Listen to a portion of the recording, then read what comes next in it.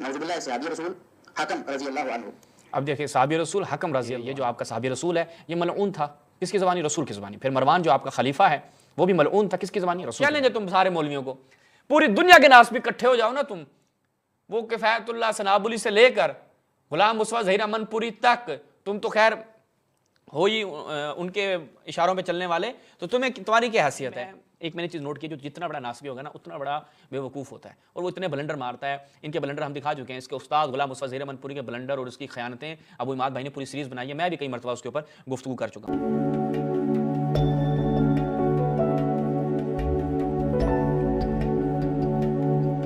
اعوذ باللہ من الشیطان الرجیم، بسم اللہ الرحمن الرحیم. تمام ناظرین کی خدمت میں السلام علیکم ورحمۃ اللہ. ناظرین چلتے ہیں ایک موصوف کی گفتگو کی طرف، اور انشاءاللہ پھر اس کا جواب آپ کی خدمت میں تفصیل سے عرض کرتے ہیں.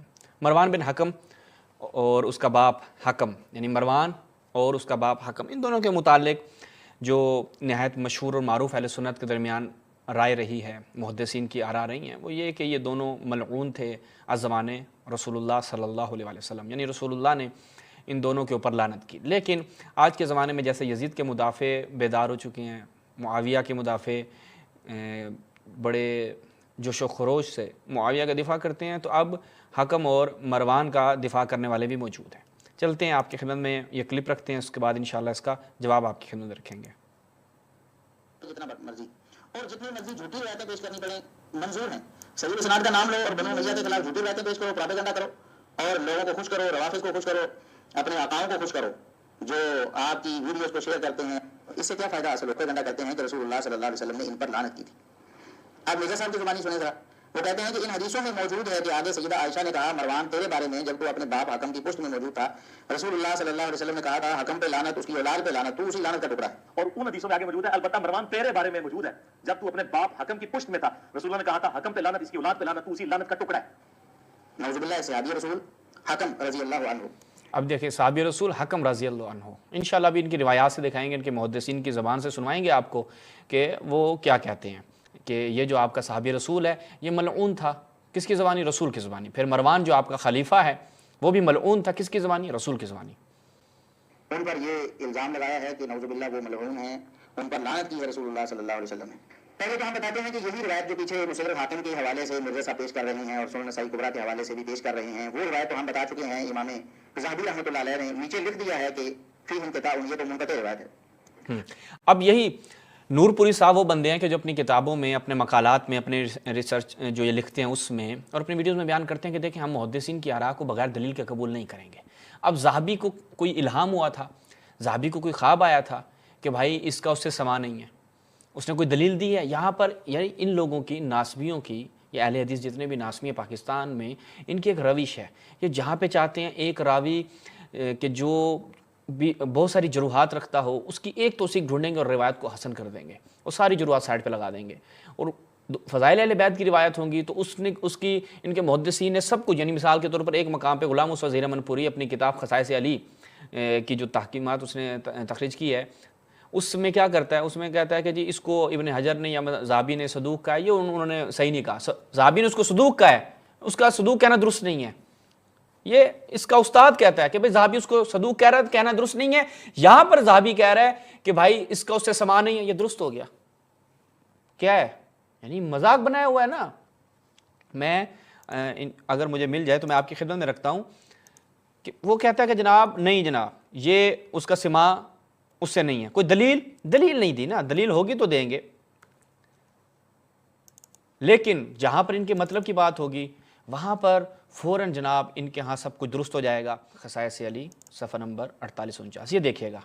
یہ ان لوگوں کی ناسبیت، صفحہ ریکگنیشن میں دی ناسبیت چیک کیجیے گا. یہ کون سی کتاب ہے؟ خصائص علی. کس کی ہے جی؟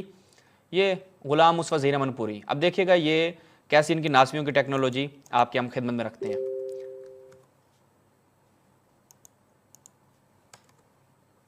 یہ دیکھیے گا، کہتا ہے جی ہاں یہ دیکھیں ابن حجر کا اسے صدوق کہنا صحیح نہیں ہے. بھائی ابن حجر نے صدوق کہا ہے، حافظ ابن حجر کا تقریب و تہذیب میں اسے صدوق کہنا صحیح نہیں ہے. بھائی اس نے صدوق کہا ہے ابن حجر نے، جو امیر المومنین فی الحدیث ہے، اس کا اس کو صدوق کہنا درست نہیں ہے. کیوں جی؟ وہ قول ہے، ہم نہیں مانتے اس کو. ادھر آ جائیں مروان کی دفعہ، وہاں پر کیا ہے جی زابی صاحب نے کہہ دیا کہ محمد بن زیاد کا وہ جی جناب عائشہ سے سما ثابت نہیں ہے۔ آپ کو کس نے بتایا کہ سما ثابت نہیں ہے؟ آپ ہمیں بتائیں گے نا کوئی دلیل۔ اصل کیا روایت میں؟ اصل ہے اتصال، انقطاع پہ دلیل چاہیے، وہ دلیل ان کے پاس ہے نہیں، بس یہ کہ جی محمد بن زیاد کو اس سے سما نہیں ہے، جبکہ ہم ان کے اپنے ہی علماء کی زبانی آپ کی خدمت میں رکھتے ہیں۔ پہلے اس روایت کا حل آپ کی خدمت میں رکھیں کہ روایت کیا ہے، کہ یہ اپنے خلفاء اور اپنے صحابیوں کو بچانے کے لیے کتنی محنت کرتے ہیں کہ جی اس سے یہ ثابت ہو گیا تو ہمیں تو مسئلہ ہو جائے گا، ہمارا صحابی جو ہے وہ بیٹھے بیٹھے رسول اللہ کی زبان سے ملعون ثابت ہو گیا تو پھر کریں گے تو کریں گے کیا؟ یہ میں آپ کی خدمت میں روایت رکھوں وہی، تاکہ واضح ہو کہ یہ جو جناب عائشہ والی روایت ہے یہ ملاحظہ کیجئے، یہ مستدرک علی صحیحین حاکم نشاپوری، اس کی جلد نمبر 6 ہے، یہاں پر روایت نمبر ہے 8483۔ یہاں پہ کیا کہتے ہیں؟ محمد بن زیاد کا بیان ہے جب معاویہ نے اپنے بیٹے یزید کے لیے بیعت لی تو مروان نے کہا یہ ابو بکر اور عمر کا طریقہ ہے، حضرت عبد الرحمن بن ابی بکر نے کہا یہ ہرقل و کیسر کا طریقہ ہے، اور فرمایا یہ آیت تیرے بارے میں ہی نازل ہوئی تھی کہ والذی قال لوالدیہ اف لکما۔ اچھا، اس بات کی خبر عمر مومنین حضرت عائشہ تک پہنچی، آپ نے فرمایا اس نے جھوٹ کہا، واللہ ایسا نہیں ہے، بلکہ اصل بات یہ ہے کہ رسول اللہ نے مروان کے باپ پر اس وقت لعنت فرمائی جب مروان ابھی اپنے باپ کی پشت میں تھا، چنانچہ مروان اللہ تعالیٰ کی لعنت کا ایک حصہ ہے۔ یہ حدیث امام بخاری اور امام مسلم کے معیار کے مطابق صحیح ہے، لیکن شیخین نے اس کو نقل نہیں کیا۔ یہ البحر الزخار، اب یہ دیکھیے گا یہاں پر یہ اس کی عربی متن ہے، اور احادیث صحیحہ میں ناصر الدین البانی یہ کیا کہتا ہے؟ قلت اسنادہ صحیح، کہ وفیہ ان عائشہ قالت ردا علی مروان و اسنادہ صحیح، یعنی اس کی سند کو اس نے صحیح قرار دیا، وہ کہتے ہیں حاکم نے بھی اس کو صحیح قرار دیا ہے۔ اچھا، اب یہ کہتے ہیں جی انقطاع ہے، تو انقطاع کی آپ کے پاس کوئی دلیل ہے؟ نہیں جی، انقطاع کی دلیل نہیں ہے کوئی۔ ہم دیکھتے ہیں کہ محمد بن زیاد کے حوالے سے یہ مصطفیٰ العدوی کی اس میں سلسلۃ الفوائد الحدیثیہ والفقہیہ، اچھا جی طبع اولیٰ اس کا، اس میں جائیں تو 8ویں جلد میں غالباً اسی روایت کو ان محمد بن زیاد قال لما بايع معاویہ لابنہ فلان وان هذه الروايه من طریق محمد بن زیاد عن عائشہ وقد ذکر الذهبی فی التلخیص علی المستدرک فیہ انقطاع محمد کیوں لم یسمع من عائشہ، اس نے عائشہ سے سماع اس کا ثابت نہیں۔ ثم ناقشہ الباحث عبد الرحمن بن صالح مع شیخنا بتاریخ فلاں فلاں میں جو ہے وہ اس نے مناقشہ کیا، اس نے کہا کہ اچھا جی لیس علی محمد عن عائشہ الا هذه الروایہ، یعنی محمد بن زیاد کی عائشہ سے فقط ایک یہی روایت ہے۔ پھر کہتا ہے کہ طبقہ محمد بن زیاد کا وہ طبقہ ہے کہ جس میں سماع کا عائشہ سے احتمال موجود ہے، یعنی یہ وہ بندہ نہیں ہے کہ جو وہاں پر موجود نہیں تھا۔ آپ کہیں نا کہ بھائی اس کا سماع ثابت نہیں ہو سکتا، کس وجہ سے؟ چونکہ یہ وہاں پہ موجود نہیں تھا، پیدا نہیں ہوا تھا، چھوٹا تھا، بوڑھا تھا، مر گیا تھا، قبر میں تھا، زندان میں تھا، نہیں۔ ان کا طبقہ ایک ہے، محتمل تو سماع ہے یہ من عائشہ، اور زیادہ تر کثیر روایت اس کی ابو ہریرہ سے ہیں، ٹھیک ہے، اور ابو ہریرہ اور عائشہ کی جو وفات ہے وہ ایک دوسرے کے قریب ہے، وصلی علیہ ابو ہریرہ، یہ ابو ہریرہ نے عائشہ کے اوپر نماز پڑھی تھی۔ اور پھر تیسری وجہ یہ بتاتے ہیں، وہ کہتے ہیں کہ سنت و ہرقل و قیصر، یہ جو جملہ ہے یہ تفسیر کر رہا ہے جو بخاری میں قول ہے کہ فقال لہ عبد الرحمن ابن ابی بکر شیئا، یعنی اصل روایت جو ہے وہ بخاری میں موجود ہے، وہاں پر بخاری صاحب نے الفاظ وہ مکمل بیان نہیں کیے، ظاہر بات ہے بخاری صاحب کے ایک اپنا ٹیلنٹ تھا ان کا، تو یہاں پر وہ کہتے ہیں کہ اس کی تفسیر کر رہا ہے، یہ جملہ مفسرہ ہے لقول فی روایت البخاری کا، روایت نمبر 4847 کا، تو لہٰذا کس بنیاد پہ آپ یہ دعویٰ کر سکتے ہیں کہ جی وہ بھی کہ ذہبی، اس سے پہلے آپ دکھائیں کہ کسی نے اس روایت کے بارے میں دعویٰ کیا ہے، ذہبی سے پہلے دکھائیں مولوی صاحب کس بندے نے یہ دعویٰ کیا ہے، جبکہ امام مزی نے جب محمد بن زیاد کا تذکرہ کیا ہے تو وہاں پر وہ بیان کر رہے ہیں کہ روا ان عائشہ، اگرچہ کی روایت بیان کر رہا ہے، تو آپ کہتے ہیں جی سماع ثابت نہیں ہے، بیٹھے بیٹھے گھر بیٹھ کے آپ لوگوں نے کہا جی سماع ثابت نہیں ہے۔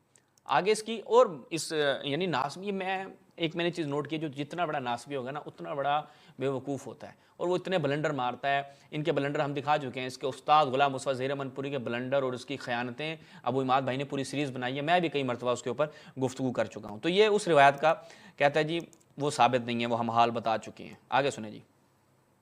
محمد بن زیاد نے سیدہ عائشہ رضی اللہ عنہا سے سماع نہیں کیا۔ اب میرے صاحب آپ کے پاس اور کون سی روایت ہے جس سے یہ ثابت ہوتا ہو کہ حکم پہ لعنت اور حکم کی اولاد پہ لعنت؟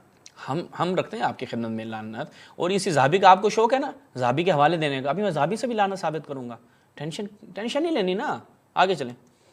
کیوں آپ جھوٹ بول بول کر لوگوں کو گمراہ کر رہے ہیں؟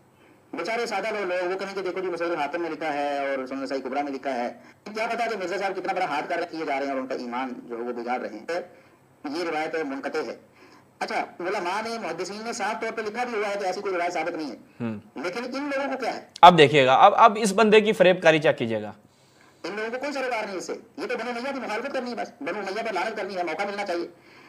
حافظ ابن حجر رحمہ اللہ تعالیٰ نے الاصابہ میں جو صحابہ کے بارے میں کتاب لکھی ہے اس میں امام ابن سکن کا قول نقل کیا ہے، یقال ان النبی صلی اللہ علیہ وسلم دعا علیہ ولم یصبر ذالک، کہا جاتا ہے کہ نبی کریم صلی اللہ علیہ وسلم نے ان پر بد دعا کی تھی، یعنی لعنت کی تھی، ولم یصبر ذالک، لیکن یہ ثابت نہیں۔ حافظ نے پھر کول ردی کی ٹوکری میں جانے والی یہ چیزیں ہیں، یعنی ان اقوال کی کیا حیثیت ہے؟ کوئی بھی نہیں، یعنی اس کی کوئی اگر مستند علمی نہیں، بس فلاں نے کہہ دیا۔ اس طرح ہم ان لوگوں کو دکھائیں کہ بھائی آپ کے محدثین نے فلاں فلاں کے بارے میں کیا کیا کہا ہے، تو ابن سکن کا یہی قول ان سے یہ ہم بیان کریں گے، بھائی اس کی سند ثابت کرو، بھائی اس کی سند ثابت کرو، کہاں ہے اس کی سند؟ پھر سندیں مانگتے ہیں، پھر ان اقوال کی بھی سند کی تحقیق ہوتی ہے، لیکن جب ان کی اپنی باری آتی ہے ہر چیز ایسے بیان کر دیتے ہیں ہوا میں۔ یہ عبارت کبھی انہوں نے سنائی آپ کو؟ جھوٹ بولتے رہیں گے، جھوٹی روایتیں پیش کرتے رہیں گے، لیکن حق لوگوں کو نہیں بتائیں گے۔ تاریخ اسلام ذاتی بولے، امام ذہبی رحمۃ اللہ علیہ نے بھی یہ بات لکھی ہے، حکم بن ابی العاص رضی اللہ عنہ ان کے حالات میں کہتے ہیں کہ یہ باتیں لوگوں نے بنائی ہیں، لوگوں نے کی ہیں کہ ان کے حوالے سے نبی کریم صلی اللہ علیہ وسلم نے لعنت کی۔ وقت رویت احادیث منکرۃ فی لعنہ لا یجوز الاحتجاج بها، وہ فرماتے ہیں کہ اس بارے میں منکر روایات نقل کی گئی ہیں۔ منکر مرزا صاحب، منکر روایات مروی ہیں اس حوالے سے کہ نبی کریم صلی اللہ علیہ وسلم نے حکم بن ابی العاص رضی اللہ عنہ پر لعنت کی ہے، نعوذ باللہ، لیکن لا یجوز الاحتجاج بها، ان روایات کو دلیل بنانا جائز نہیں، ناجائز کام ہے جو مرزا صاحب آپ بڑی ڈھٹائی سے کر رہے ہیں۔ اچھا جی، اب یہ زہبی کو لے کر آیا نا، ابھی رکو نور پوری، ابھی تمہارے حلوہ پوری میں بناتا ہوں۔ یہ زہبی کو لے کر آیا، کہتے جی زہبی نے یہ بات کی ہے۔ اب میں تمہارے زہبی کی خیانت بھی دکھا دیتا ہوں لگے ہاتھ، کہ زہبی ایک جگہ تو یہ بات کر رہا ہے لیکن وہ بھول گیا کہ بھائی اس نے اگلے صفوں پر کیا کیا، اور اس کی پکڑ کی ان کے اپنے محدثین نے۔ انہوں نے کہا مولوی صاحب یہ جو آپ نے 2 نمبری کی ہے نا، اس کا تو اب محاسبہ ہونا ہی ہونا ہے۔ ٹھیک ہے جی، وہ میں آپ کی خدمت میں رکھتا ہوں تاکہ زہبی کی یہ تاریخ الاسلام، یہی تاریخ اسلام جو دکھا رہا تھا، یہ کون ہے جی؟ شمس الدین زہبی آئیں جی۔ قال الشعبی سمیت ابن زبیر، کہ ابن زبیر سے یہ بات سنی کہ وہ اللہ تعالیٰ کے گھر کی قسم کھا کے کیا کہتا تھا کہ ان الحکم ابن ابی الحاص وولدہ ملعونون علی لسان محمد، علی لسان محمد۔ خود پھر زہبی کہہ رہے اسنادہ صحیح، جھوٹے کا حافظہ نہیں ہوتا۔ اس چیز کو ان کے اپنے محدثین نے پکڑا، یعنی ابن حجر بھائی خیانتوں کا بادشاہ، زہبی خیانتوں کا بادشاہ، ان کا کوئی محدث آپ کو شاید ملتا ہو کہ جو خیانتیں نہ کرتا ہو۔ خود ایک مقام پر یہ بیان کر رہا ہے کہ جی زہبی نے کہہ دیا کہ منکر روایتیں، میں چیلنج کرتا ہوں ان تمام ناسبیوں کو، ان اہل حدیث مولویوں کو، کہ منکر کی اپنی مرضی کی تعریف لے کر آؤ، انتخاب کرو محدثین کی جو منکر کی تعریفیں مختلف بیان کی ہیں، ان کے مطابق مروان اور اس کے باپ پہ لعنت کی روایت جو بیان ہوئی ہے تطبیق کر کے دکھاؤ۔ چیلنج ہے تم سارے مولویوں کو، پوری دنیا کے ناس بھی اکٹھے ہو جاؤ نا تم، وہ کفایت اللہ سنابلی سے لے کر غلام مصطفیٰ ظہیر امن پوری تک، تم تو خیر ہوئی ان کے اشاروں پہ چلنے والے، تو تمہاری کیا حیثیت ہے؟ آؤ یہ تمہارا زہبی پڑھا ہے، جس زہبی کے قول تم نقل کر رہے ہو، جس کتاب سے نقل کر رہے ہو اسی کتاب سے دکھا رہا ہوں، وہ کہہ رہے ہیں اسناد صحیح، اور اس خود سند کو صحیح کہہ رہا ہے۔ اب دیکھیں نا، یہ بات پتہ چل گئی کس کو؟ کیا کہتے ہیں ان کے، اگر مجھے وہ روایت مل جائے میں آپ کی خدمت بیان کروں، البانی کو۔ البانی نے کیا کیا ہے؟ الاحادیث الصحیحہ، سلسلۃ الاحادیث الصحیحہ، ناصر الدین البانی مجلد الصحابہ، وہ کہتے ہیں وَأَعْجَبُ مِنْ ذَلِكَ كُلِّهِ تحفظ الحافظ الذهبی بقوله فی ترجمۃ الحکم من تاریخہ۔ وہ کہتے ہیں بڑا تعجب ہوتا ہے مجھے، یہ پڑھنے کے قابل ہے سر، ٹھیک ہے۔ کیا بیان کیا؟ وقد وردت احادیث منکرہ فی لعنہ لا یجوز الاحتجاج بها، کہ جائز نہیں ہے، لا یجوز الاحتجاج بها ولیس له فی الجملہ خصوص من الصحبہ۔ وہ کہتے ہیں جائز نہیں ہے کہ آپ روایت سے جو یہ پڑھ رہا تھا منکر وغیرہ وغیرہ وغیرہ، وہ کہتے ہیں قضا قال مع انہ بعد سبعۃ واحدہ، وہ کہتے ہیں مجھے تعجب ہوتا ہے کہ حافظ زہبی جیسا بندہ وہ ایک طرف یہ بات کرتا ہے صفحہ نمبر اپنی ذہبی نے اپنی تاریخ کی کتاب جلد نمبر 2 اور صفحہ نمبر 96 وہ کہتے ہیں ایک صفحے کے بعد ساق روایت شعبی عن ابن زبیر مصححا اسنادہ کما تقدم. وہ کہتے ہیں اس طرح کا رنگ بدلنا یا تناقض یہ تو کیا ہے، یہ اہل الاہوا یعنی روافض کو میدان دینے کے مترادف ہے. کیا کریں، ان یاخذوا منہ ما یناسب اہواہم، وہ جس مرضی سے اپنی جو وہاں سے انتخاب کر لیں. کہ نسأل اللہ السلامہ، ہم ان سے جو ہے اللہ تعالیٰ سے سلامتی کی دعا کرتے ہیں. یہ کیا ہے جی، ان کے اپنے محدثین نے پکڑ لیا. اب یہ تھا کس کے حوالے سے جو بیان کیا ہے، ذہبی صاحب کا یہ بیان کر رہے تھے. اب ہم چلتے ہیں ان کے اور مولویوں کی سنتے ہیں کہ وہ اس حوالے سے کیا بیان کرتے. اب وہ کہتے ہیں، یعنی البانی کے جملے بڑے اچھے تھے. البانی کہتا ہے کہ مجھے نہیں معلوم کہ یہ کس چیز سے ڈر رہے ہیں، یعنی مجھے ان حفاظ پر تعجب ہوتا ہے کہ وہ ان احادیث کے ذکر پر کس چیز سے ڈر رہے ہیں. اس وجہ سے کہ وہ صحابی تھا، یعنی اس کے صحابیوں نے سے ڈرتے ہیں، یا یہ کہ وہ عثمان کا چچا تھا، کس وجہ سے ڈر رہے ہیں. ٹھیک ہے، اور حق کو بیان نہیں کر رہے ہیں. یعنی یہ جو اس کے الفاظ ہیں ناصر الدین البانی کے بڑے دلچسپ ہیں، وہ ان لوگوں کی پکڑ کی، ان ناصبیوں کی. اب ہم دیگر روایات کی طرف چلتے ہیں، لیکن اس سے پہلے اس کا ایک ذرا دعویٰ سن لیں، پھر دعوے کے بعد تھوڑا رد کرنے میں مزہ آئے گا. حرام کام تو آپ مرتکب ہو رہے ہیں ائمہ دین کی زبان میں، لیکن آپ کو کیسے روایت ہو چاہے منکر روایت ہو. اچھا اب وہ روایات جو ہیں وہ چند ایک میں آپ کے سامنے، ایک تو روایت یہ ہو گئی نا پہ لعنت اور اس کے باپ پہ لعنت، یعنی حکم پہ لعنت اور اس کی اولاد پہ لعنت. یہ تو محمد بن زیاد کا 3167 نمبر پہ، جس میں ہے کہ نبی کریم صلی اللہ علیہ وسلم جب بات کرتے تو اچھا ہی رہا، نعوذ باللہ نعوذ باللہ، ان کا چہرہ بگڑا رہا. راوی ہے حاتم میں بھی موجود ہے 4241 نمبر پہ، 4241 نمبر پہ. اس میں بھی بالکل یہی زرار بن سورد راوی سخت ضعیف بلکہ کذاب ہے. حافظ صاحب رحمۃ اللہ علیہ نے نیچے لکھا ہوا ہے کہ زرار بن سورد واہن، زرار بن سورد یہ تو حدیثوں میں آیا ہے نا، کتاب ہے ذکر الاقران، کہتے کہ لعن رسول اللہ صلی اللہ علیہ وسلم الحکم ومن خرج من صلبہ. نبی کریم صلی اللہ علیہ وسلم نے حکم بن ابی العاص اور ان کی پشت سے آنے والے سب پر لعنت کی، یعنی حکم پر بھی لعنت اور ان کی ساری اولاد پر بھی لعنت، ان کی جتنی بھی اولاد جو بھی ان کی پشت سے پیدا ہونا ہے سب پر لعنت. اسی طرح یہ بھی روایت سفیان بن عیینہ اور اسماعیل بن ابی خالد دونوں کے تدلیس کی وجہ سے سخت ضعیف ہے، یعنی دو مدلسین اس میں. اور اسماعیل بن خالد کو کہا یہ مدلس ہے تو اس کی وجہ سے سخت ضعیف ہو جائے گا. مرزا صاحب بار بار لوگوں کو سناتے رہتے ہیں کہ مدلس کا آنا قبول نہیں ہوتا. یہ تو پیٹ رول ہے، محدثین کا اجماع ہے اس بات پر، پیٹ رول ہے صحیح، لیکن یہاں سب قبول، سب کچھ سے منسوب کی گئی ہے. انہوں نے کہا کہ کعبہ کی قسم ہے، رسول اللہ صلی اللہ علیہ وسلم نے لعنت کی ہے، لعن رسول اللہ صلی اللہ علیہ وسلم الحکم وما والدہ، کہ حکم پر لعنت اور جو ان کی پشت سے ان کے نطفے سے پیدا ہو اس پر بھی لعنت، حکم پر لعنت اور اس کی ساری اولاد پر لعنت. یہ روایت بھی اسماعیل بن ابی خالد کے مدلس ہونے کی وجہ سے ضعیف ہے. مرزا صاحب نے بہت ساری روایتوں کو تدلیس کی وجہ سے ضعیف کہا ہوا ہے اور کہتے ہیں کہ اچھا اب جس روایت کا اس نے بیان کیا کہ وہ عبداللہ ابن زبیر کی روایت ہے اور اس کو ذہبی نے خود صحیح کہا ہوا ہے، یعنی اس روایت کو خود ان کے ذہبی نے کیا کیا ہے، صحیح کہا ہوا ہے. وہ میں آپ کی خدمت میں رکھتا ہوں تاکہ مسئلہ جو ہے وہ واضح ہو.